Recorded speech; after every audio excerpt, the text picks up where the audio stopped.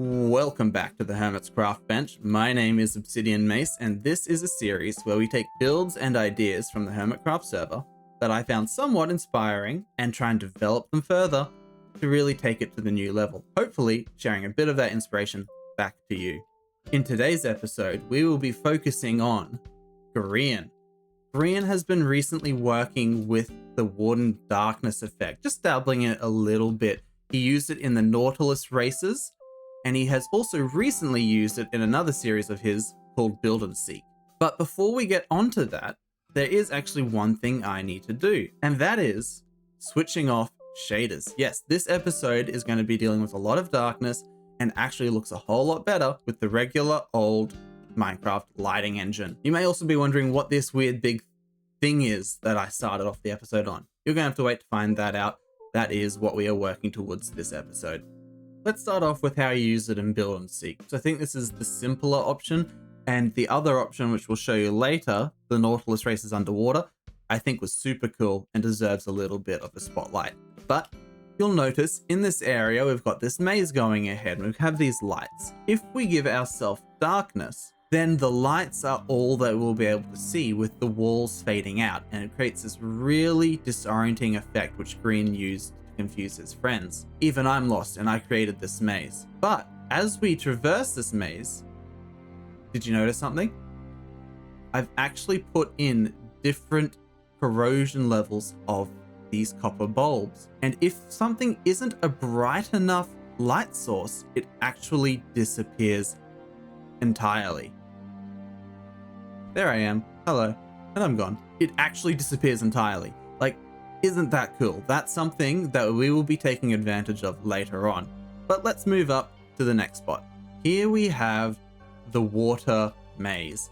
I made it identical, but just check out those little bubbles floating around. It really gives it that extra little bit of like thalassophobia that, well, I wouldn't say you desperately need, but adds a very cool atmosphere to it. Even without the darkness, check this out. Even without the darkness, this is just such a cool effect, and I think should be taken advantage of a bit more on the Hermitcraft server. How do I even find my way through my own maze? I've lost my own way. There it is. Found it. Of course, if you want darkness, you're going to have to work with the Wardens, and they come with a whole slew of problems. Number one, they are very noisy, but the Hermitcraft server has a special plugin, which I'm also using, which you can use to silence them, so it's not that big of an issue. The bigger problem is even if you encase them completely in wool, they will eventually detect you if you are nearby and send the sonic blast at you. So there's a few things to consider. Let's talk about the sonic blast range. It has two different ranges actually, whether that is horizontal or vertical. Ideally, you want to be working horizontally because in that case, the range is only 15 blocks. If you're working vertically, that range is 20 blocks. Why is 20 blocks a problem? Because, well, the darkness range is 20 blocks, both horizontally and vertically. So if you're trying to get that darkness effect, you're going to be having to compete with the Warden's sonic blast range as well. You can use different methods to try and get that to be avoidable though, of course. You can put it in a piston elevator, a bubble elevator, you name it. But that's something that you are going to have to consider if you want to go ahead with these darkness builds that I am about to show you. Another thing of note, of course, is that the darkness effect activates only if you're within that 20 block range. Dadoy, I know. Once every 6 seconds. So you need to try and be able to figure out what time you should have the Warden up without actually compromising your safety. But once you have figured out how you're going to do that, there are some really cool things you can do. For example, let me show you my survival friendly invisible parkour. We're going to take this step by step. Number one, just jumping across the void. If I don't mess up the jump, that is.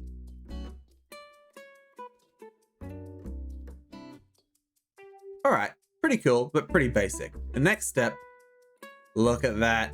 They literally fade away when it goes dark. Let's jump across. I failed again.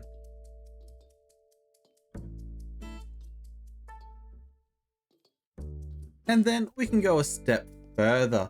by introducing black stained glass. It's not perfect, but even without the darkness, it's pretty hard to see.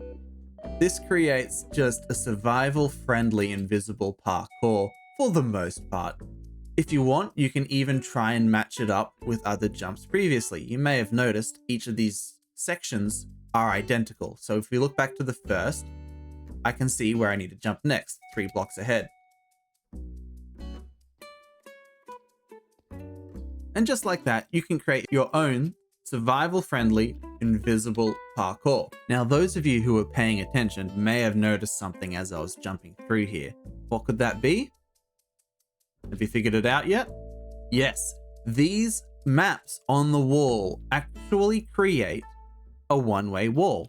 I noticed this initially during the Zoom Avoid segment of the Zombie Cleo transparent map video I did previously, using this changing pattern on the map wall.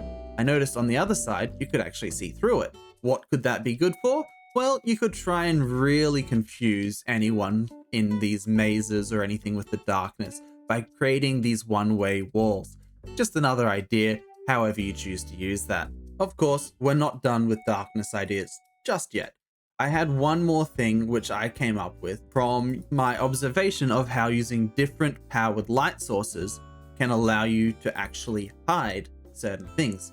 Maybe you could hide a message. I present to you my little hidden message board. If you look closely, maybe you will see a message. But once you put in darkness, that message becomes all too obvious. Like and subscribe. Unfortunately, creating this message board wasn't the easiest thing.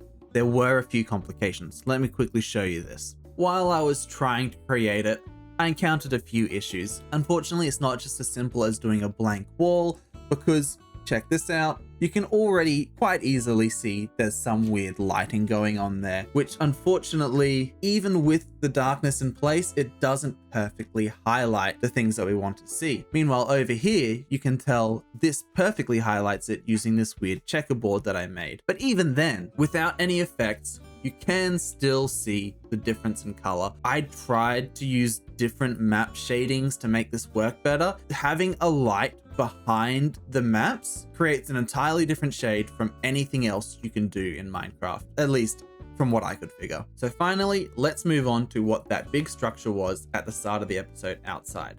What is it? Well, back in the Zombie Cleo transparent map art episode, I wanted to create something for Grian's Astral observatory. And that something was this. This is a fixed point perspective night sky simulation, or a telescope. For those of you who haven't seen it before, this is what it looks like. By standing in this one point, you can look out and see the twinkling stars. How this works is quite simple. By placing 2 different layers of glass with transparent map art stars on it, and having flashing bulbs around it to try and give it that flickering effect, all going off of a simple redstone clock, we created that flickering night sky effect. But I wasn't satisfied with that. I thought trying to sit in the one spot wasn't ideal. And then when I was reminded of Grian's darkness effects that he was using in his videos, I thought this is the perfect opportunity to try and remove that perspective boundary. Let's take a look at what I made. Say hello to the Astral Observatory V2. Using whatever way you find best to get into this structure, whether that's through teleportation, slime bouncer, or just simple scaffolding. Check this out. We have a full 360 view of a night sky, all flickering and all perfectly stunning.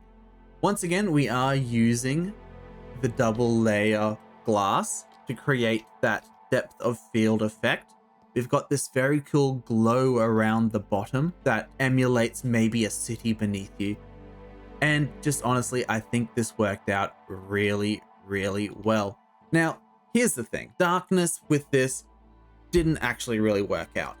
I was just able to get this thing to work generally on its own. Hey, it's still a cool effect, having that glowing bottom edge, but it just doesn't work with the stars. So let's clear that. Let me show you just how I created this effect. Switching over to white concrete so that we can see better, let's take a look at the insides. As I mentioned earlier, we have the double layer effect going on. One with glass, one with concrete. Now, as we go around, this map art is covering every square inch of the place. And then to create the flickering effect, we have these redstone lamps underneath and also hidden behind these corners here. Then there is also one up above to create that flickering effect here, so that the flickering isn't just an obvious cycling around again and again and again. I made just a simple randomizer clock by placing in here a bunch of wooden shovels and another stackable item. That also is going on underneath here at each location. When we switch this on, we just give that 2 quick flips and we walk on in and the whole thing is flickering. Let's switch this back to black concrete and that sells the effect. What do you think? I'm really quite proud of how this one came out. One thing I failed to mention is that this center platform is surrounded by tinted glass. That's because around it we have these redstone lamps, which without the tinted glass creates this really harsh flickering on all of the blocks here, which isn't great for those who are prone to seizures. There is one final design that I would like to show you. Come take a look. This here is a tunnel using a similar idea as our Astral observatory there, but with a completely different intended effect. What I've created here is meant to mimic light speed travel. It's not perfect, but it's just another idea that I came up with while in the brainstorming phase that I wanted to try and test out. We can even throw on darkness here and it will give you a bit of a slightly different effect. I don't know if it sells it better, but it's still pretty cool.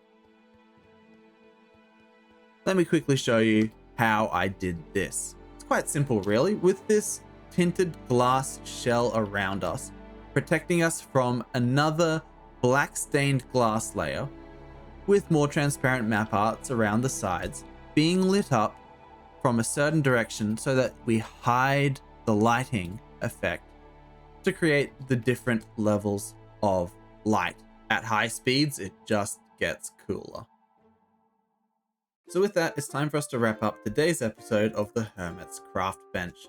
Of course, in today's episode, we tested out several different uses for the Warden's darkness effect, which we saw through some of Grian's videos. But more so than that, it's really just an excuse for me to show off this Astral observatory, and hopefully, maybe, we can get Grian to build his own on the Hermitcraft server. But thank you once again, guys, for joining me today on the Hermit's Craftbench, and I hope to see you guys again soon in a new video. See you later.